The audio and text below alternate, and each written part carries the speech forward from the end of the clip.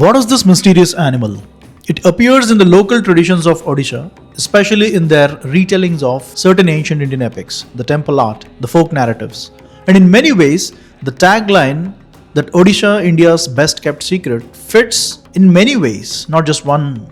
This animal gives us an interesting perspective on how dialectical knowledge has been preserved in Bharat over centuries. What I mean by that is, instead of explaining ideas through long texts, ancient teachers expressed them through symbols, combinations, contrasts, and visual metaphors. And this mysterious animal holds a very important piece of knowledge.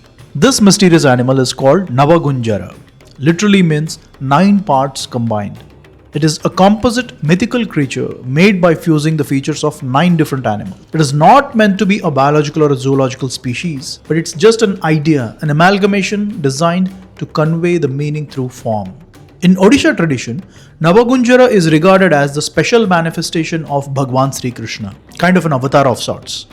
You can find representation of this creature in the temples of Jagannath Puri, in the Patachitra art, and across many forms of Odisha's local handicrafts. It holds a significant place in the region's cultural memory, especially within its temple traditions and artistic expressions. This mythical animal, Navagunjara, is understood in Odisha as an avatar of Bhagwan Sri Krishna. But why is it considered that way? To understand that, we need to go back about 500 to 600 years. At that time lived Sri Adikavi Sarala Das ji, revered as the first poet of Odisha. He retold the Mahabharata in Odia language, but he did not simply translate Vedavyasa's original text of Mahabharata word to word. Instead, he added devotional layers, local expressions, and also included Vedic and Upanishadic ideas in ways that ordinary people could understand. This made his Mahabharata uniquely meaningful for the people of Odisha. Now here is the key point. Many parts of our tradition, especially ideas like Vishnu Sahasranamam, teach that every speck of the universe is a manifestation of Sri Mahavishnu. That's what the very first slokam of it says, right? Visvam Vishnur Vashatkaro Bhuta Bhavya Bhavat Prabhu Bhuta Krut Bhuta Brut Bhavo Bhutatma Bhuta Bhavanaha. But how do you communicate such a profound idea to the masses, especially in a time when people could not easily read long texts or visual abstract concepts? Sarala Das expressed it in a simple, memorable metaphor. He described Krishna appearing before Arjuna in the form of a Nava Gunjara, a creature made by combining 9 different animals, just normal animals. The human hand on the right side holds the Sudarshana Chakra, depicting that it is Chakradhari Sri Krishna. The rest of the form is a composite of many animals, like 8 to be precise. This is essentially a visual teaching of the same concept of Viswarupam, what it's conveyed in the Bhagavad Gita. Today we picture Viswarupam as a grand form with many heads, many hands of modern artistic depictions made in the last century maybe. But 500 or 600 years ago, such detailed visual imagination was not a widespread idea. So how do you teach something like Viswarupam, the cosmic form of the divine, to people who may not read or memorize the entire epic? Sarala Das expressed the idea through a single composite creature. By combining 9 animals into one form, he conveyed that Bhagwan Sri Krishna is present in all beings. This is the significance of Navagunjara and why is it revered as an avatar of Krishna. It will seem very simple to us today, but at that time it was a very effective and elegant way to communicate deep philosophical ideas through a visual metaphor. In one composite animal, the entire concept of the Viswarupam was brought down to a form that people could easily remember, recognize and transmit. That is Navagunjara. So as you can see here, Navagunjara is shown with 3 rounded legs, those of an elephant, tiger and a horse.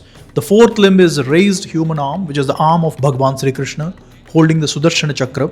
The body carries the hump of a bull, the waist of a lion, a serpent's tail, a peacock's neck, and the head of a rooster. This is the artistic expression of Navagunjara exactly as described by Sarala Das in his Mahabharata, created as a devotional representation of the much larger idea of Vedavyasa Virachita Mahabharata. Now we may not always be able to fully appreciate the expressive depth of this composite creature, but think of the world in which this form was created. Imagine a farmer, a fisherman or a daily wager working on the field.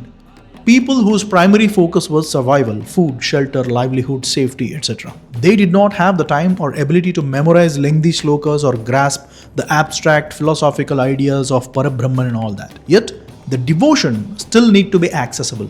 So how do you teach a universal truth like everything around us is a manifestation of Bhagavan Sri Krishna himself, or Mahadev, or Shakti, whatever is of your interest. How do you communicate that idea? This is the genius of Nava Gunjara. A farmer seeing the hump of a bull, he is reminded of Krishna. He encounters a snake in the field, the image of Navagunjara comes to his mind. He works with horses, the same memory returns. Every morning the roosters call, again the symbol is reinforced. The animals in the composite creature were part of daily life. So the formed idea of Navagunjara as a living reminder of the divine presence in everything. This is why Navagunjara is such a powerful artistic expression. It connects profound spiritual knowledge with everyday experiences of common people like us. So that's all I wanted to highlight.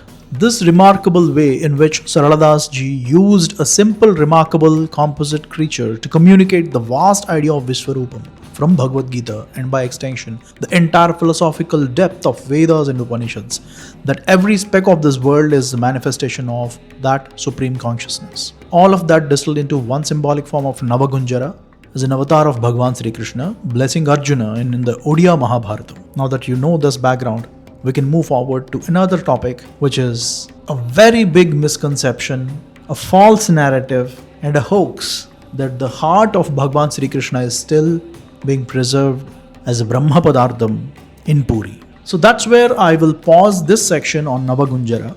Now many of you might already know that I made another video earlier, the one about how the heart of Bhagavan Sri Krishna is supposedly preserved in Puri. Is it a hoax or truth? The entire idea unfortunately has turned out to be an urban legend. It actually originates from Sarala's Mahabharatam, but over time it was taken out of context, exaggerated and wrapped in with layers of mythical interpretations that are not supported by the original Puranic sources. So instead of depending on Bhagavan Sri Krishna for the devotion, this heart story of Brahmapadartha has created a lot of confusion and sensational narratives that are not aligned with the authentic text. So on this point onwards, I'll continue with that topic. It's basically a replay of that video. If you already watched that, you can stop this video here itself. But if you missed that part, I think it's going to be very exciting what follows from this minute onwards. I'll talk to you soon.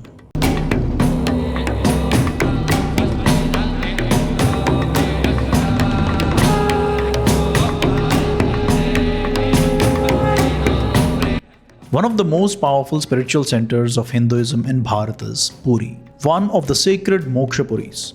Many of us grown up hearing about this divine mystery, the Brahmapadartha, the enigmatic essence preserved deep in the core of Sri Jagannath Murti. There are countless stories surrounding this sacred core, whispered legends, guarded rituals, and deep symbolism. But this video is not about debunking or exposing or myth busting. That is not my intent. This is about something far more important, that is to develop a perspective that every practicing Hindu, especially the younger generations, must begin to understand and carry forward. A perspective of reverence, curiosity, and cultural responsibility. For the benefit of everyone, let's do this for starters. Now, first of all, what is Brahmapadartha? It is believed to be the sacred spiritual core hidden inside the murtis of Lord Jagannath, Balabhadra, Subhadra, and Sudarshana in the Garbhagriha of Puri. This enigmatic thing called Brahmapadartha is stored inside the murtis or the idols of Jagannath Puri. Now what's the meaning of Brahmapadartha? The word is a Sanskritam word. Brahma means the supreme consciousness and Padartha means substance. So Brahmapadartha essentially means the essence of the supreme, the soul-like core believed to be make the murtis divine beyond their physical form. Now coming to the well-known rituals and traditions. Every 12 years, during the sacred ritual called Navakaleba Yatra, the wooden idols of the Jagannath Puri are replaced. But the Brahmapadartha is carefully transferred from the old idols to the new ones, symbolizing the death and rebirth of the deity without losing the original spiritual essence. Lastly, and most central to our current topic, it's secrecy and sanctity. This transfer is done in an extreme secrecy. Only a select group of the temple priests known as Daitapatis are allowed to handle it, and even they must be blindfolded, ritually purified, and sworn to silence. To this day, no one knows exactly what the Brahmapadartha looks like. The contents of Brahmapadartha its nature, and everything about it remain a very secretly guarded aspect about Jagannath Puri. So any video that you saw till now about Brahmapadartha claiming it to be this or that is fundamentally factual and incorrect, and even in this video I'm not going to say what it is because I don't know, nobody knows it. So when there is such kind of a divinely guarded secret, naturally the curiosity, creativity and conspiracy sets in public. And one such claim about Brahmapadartha is that it's the living heart, the biological heart of Bhagwan Sri Krishna, which was never cremated but was preserved in this wooden murti of Jagannath. While at the outset it definitely appears like a baseless claim, let's go a bit deep into it. Adikavi Sri Sarala, an Odia poet who authored or rather translated Mahabharatam from Sanskritam to Odia in 15th century. That is where this claim of Krishna's heart still preserved in the murti of Lord Jagannath comes from. Basically, this epic, the Odia Mahabharatam, written by Adikavi Sri Sarala, it blends both the epic grandeur of Mahabharatam with the folk realism of, or rather the traditions of, the local Odia people. And it carries a very clear and a moral and devotional tone, highlighting dharma, bhakti and social values. Now by no means here we are fact checking the great epic written by Sri Sarala. For the times some 500 years ago, people needed these kinds of narratives to propagate the knowledge which was just written in palm leaves. So when you bring in these kinds of emotional, devotional stories, facts may go other way, but the truth of Lord Jagannath and binding people around Lord Jagannath, that's the most important thing and is very well achieved by this great epic written by Sri Adikavi Sarala. So bottom line is, in the translation of Mahabharatam, Adikavi Sarala writes that at the end of Krishna avatar, when the biological body of Bhagwan Sri Krishna is cremated, his entire body was cremated or burned in fire except his heart. So his heart was biologically indestructible and that was preserved in the murti of Jagannath, which is obviously not in line with the actual Mahabharatam written by Vedavyas Maharshi. As you can see here, I just gave few snippets about that parvam or that part of Mahabharatam where Bhagwan Sri Krishna is finally cremated. Now, his biological body is properly and normally and with all respects cremated by Arjuna, accompanied by few of his wives doing Sahagamanam or Sati Sahagamanam along with the body of Bhagwan Sri Krishna. And some of his wives turned as ascetics and went into the jungle to live the life of an ascetic. Now this episode, when it was translated or transliterated into Odia by Sarala, since it's a very emotional moment that the death and cremation of Bhagwan Sri Krishna, it's naturally not a palatable one, right? So to really hold that reminiscence or relics of Bhagwan Sri Krishna, this entire heart narrative was created in Odia Mahabharatam, a kind of a crossover cum spin-off of Mahabharatam to the traditions of Jagannath Puri and the Brahmapadartha. And this entire narrative of Krishna's heart preserved in the Jagannath Puri statue is not just a linear narrative that came out of Odia Mahabharatam. There are layers to this narrative. Another spin-off is the Purushottama Kshetra Mahatmyam, part of Skanda Puranam, written by Vedavyasa Maharshi. The actual name of Puri is Purushottama Kshetram, and the sloka goes like this, introducing the place of Puri in Skanda Puranam. It says that the sacred Purushottama Kshetra is renowned as a profoundly sanctifying Tirtha, for it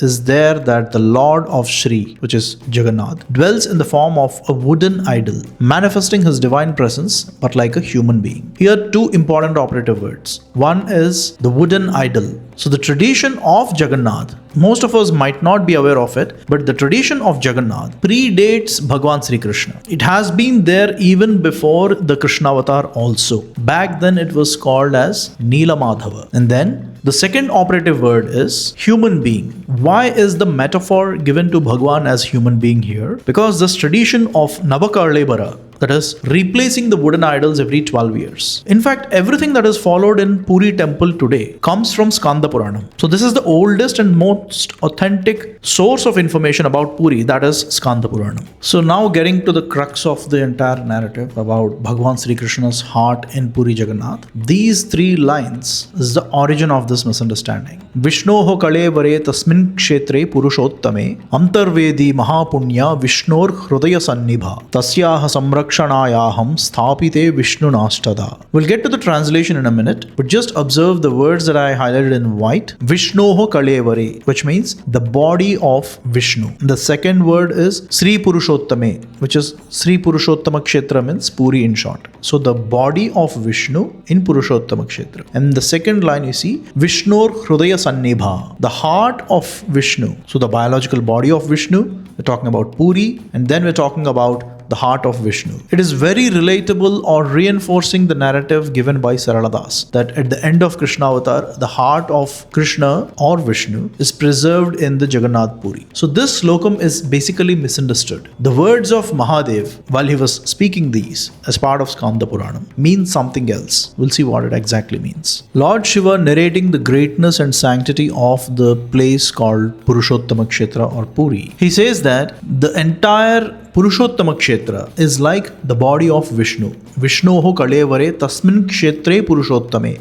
This entire region, it's not just the temple, but the entire region of Puri is like the body of Vishnu. And then in the second line, Antarvedi Mahapunya Vishnor Hrudaya Sannibhaha. Shiva says that the Antarvedi, that means the innermost altar or the Vedika on which Jagannath Puri is consecrated. That region, Vishnor Hrudaya Sannibha, it is like Vishnu's heart. Vishnu, which is Vishnu's, Hridaya means heart, Sannibha means resembling. So metaphorically, the entire region of Puri is like the biological body of Sri Mahavishnu. And the Antarvedi, which is the Garbhagriha of the Puri temple, is like the heart of Vishnu. That is what he is referring to. And this Vishnor Hrudaya Sannibha and the Odia Mahabharatam written by Sarala Das, both were fused to create this new narrative that Bhagwan Sri Krishna's heart is preserved in Jagannath Puri, which is fundamentally and factually and scripturally incorrect. And the third line is most important, which we often tend to ignore. But that's where a very important clue lies. Tasyaha samrakshanayaham sthapite vishnunashtada. Shiva says that to protect this Purushottama Kshetra, Sri Mahavishnu consecrated Shiva in 8 forms around this temple. Now, to the best of my knowledge, I am not aware. Next time when I am blessed enough to go to Puri, I would definitely look out for this one. There are 8 murtis of Shiva around the temple guarding the Garbhagriha of Puri. That's what this line says. Now recently I saw that a new kind of a conspiracy or an offshoot of this is also getting popular, especially in the Telugu regions, that it is a Nrisimha Saligramam that is consecrated in the heart of Jagannath Puri. That is also incorrect. And in fact, people are quoting the same lines to justify that. But unfortunately, if you read the full story, it's totally different. I'll switch to Telugu for a minute. Chala mandi పేర్లు అనవసరం మనకి, కానీ ఒక ఆయన అది నృసింహ శాలిగ్రామం అని, నరసింహస్వామి 8 రూపాల్లో బ్రహ్మపదార్థం చుట్టూ కాపలా ఉన్నాడని, అదంతా కూడా తప్పండి. స్కాంద పురాణం తెరిచి చూస్తే కనుక సాక్షాత్తు ఈశ్వరుడు చెప్తాడు, 8 రూపాల్లో నన్ను విష్ణువే ప్రతిష్ఠించాడు ఈ క్షేత్రానికి కాపలా కాయమని. బ్రహ్మ పదార్థం అనేది ఏంటో ఎవ్వరికీ తెలియదు. Nobody knows what is the truth about బ్రహ్మ పదార్థం. Bottom line is that, and that's all. So now, what is the most authentic source to know about Brahma Padartham? It is the Temple Chronicles of Jagannath Puri, the Madala Panji. Madala Panji is the official record of Sri Jagannath Temple, maintained continuously since the 12th century CE. It documents a vast timeline of royal deeds, temple rituals, and historical events over the last 800 years. And it is within this sacred chronicle, the Madala Panji, that we find the only documented references to Brahma Padartham. Not as a myth, not as a hearsay, but as a ritual fact. So now let us briefly try to understand what can we extract as a knowledge about Brahma Padartham directly from Madala Panji. According to the Madala Panji, one of the darkest chapters in the history of Jagannath Puri unfolded during the invasion of Kala Pahad. Kala Pahad was a Muslim military general under the Bengal Sultanate in 16th century. Originally a Hindu, Kala Pahad had converted and turned fiercely hostile towards temples and Hindu rituals. It's that ideology, basically that's the problem. But anyways, coming back. So he turned into a monster once he converted, and then started desecrating and destroying temples. Kalapahad stormed into Puri with his army, and what followed was an extreme act of desecration. The Jagannath Murti was forcefully removed, dragged out of the sanctum, and set ablaze. He burnt the Jagannath Puri statue and tried to shatter its sanctity. The temple also had a lot of destruction, not just with Kalapahad, but at least there are 3 to 4 waves of Islamic destructions that were inflicted upon Puri. But the story doesn't end there. It's not a story of destruction. The Madalapanji records in precise and solemn tone that before Kalapahad could reach the Brahmapadartha, the temple servitors, who are the Daitapatis, acted with incredible urgency and devotion, and in complete secrecy, they removed the Brahmapadartha from the idol and fled into the forest, hiding it in remote locations far from enemy lands. There it remained protected, guarded and preserved until it was safe to return. This was the last time that Brahmapadartha was handled out in public some 450 to 500 years back during the Islamic invasions. So when you see these boards or signboards in Jagannath Puri saying that foreigners are not allowed, I hope now you can understand the justification. That does not mean that everybody who is a Hindu or a Bharatiya will have positive intentions, but we had a very rough and dirty past and experiences with particular ideological people. Hence those signboards that you see, even today, that foreigners are not allowed into Puri. I don't find any fault with that. It is perfectly fine. It's not a picnic spot. It is only meant for practicing Hindus, not even Hindus, only for practicing Hindus, irrespective of caste, whatever.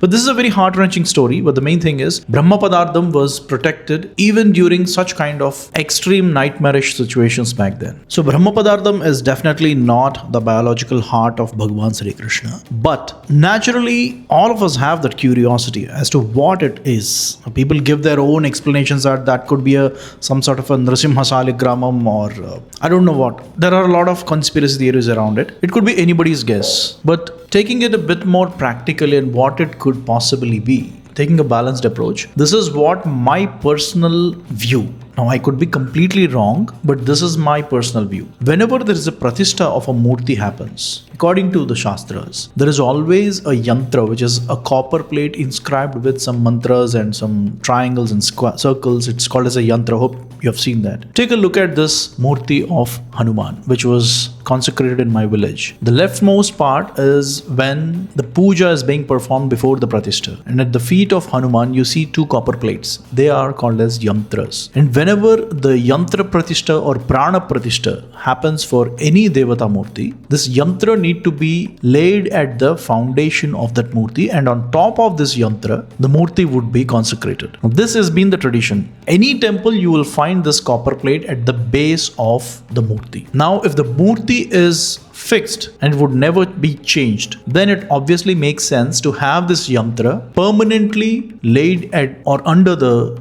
murti. But in Jagannath Puri, that's not the case. Every 12 years, the murti changes. So there need to be a place where such kind of a yantra need to be consecrated under the murti or inside the murti. And that happens to be Brahmapadartha. Now, it is of a lot of spiritual and cultural and devotional value. It may not be of some glowing diamond or something of that sort. It has its own level of reverence and spiritual depth to it. But that could be the Brahmapadartha. We don't know. I could be wrong. But as a tradition, if you look at it, without a yantra, there will never be a murti. Period. So there should always be a yantra associated with the murti, and following that logic, Brahmapadartha could possibly be some sort of a yantra which is of spiritual and devotional value and not some sort of glowing red diamond or the beating heart of Bhagavan Sri Krishna, etc. etc. Now, to conclude this video, also to be very clear, the reason I chose to make this short video is not to debunk or expose or dismiss anything.